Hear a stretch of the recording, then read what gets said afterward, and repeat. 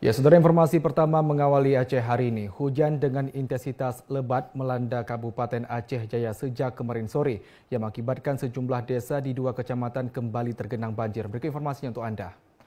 Banjir yang melanda Kabupaten Aceh Jaya merendam 6 desa di 2 kecamatan, yaitu 5 desa di Kecamatan Tunom dan 1 desa di Kecamatan Pasiraya dengan ketinggian air mencapai 50 hingga 150 cm. Saat ini sebagian warga di 2 kecamatan yang terdampak masih bertahan di rumah masing-masing, sementara sebagian lainnya mulai mengungsi ke tempat yang lebih aman.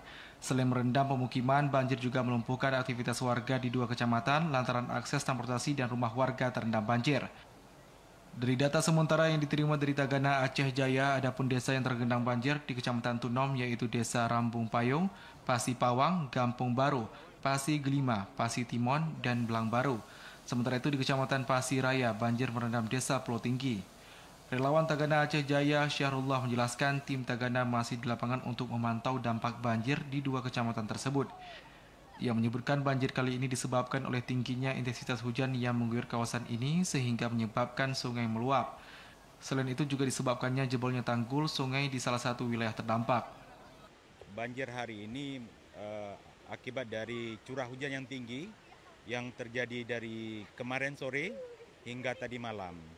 Artinya sesuai dengan informasi dari BMKG bahwa di Aceh Jaya ini masih terjadi hujan sesuai update sampai besok. Sampai besok masih ada hujan. Makanya diinformasikan untuk kita tetap waspada terkait bencana hidrometeorologi yang akan terjadi.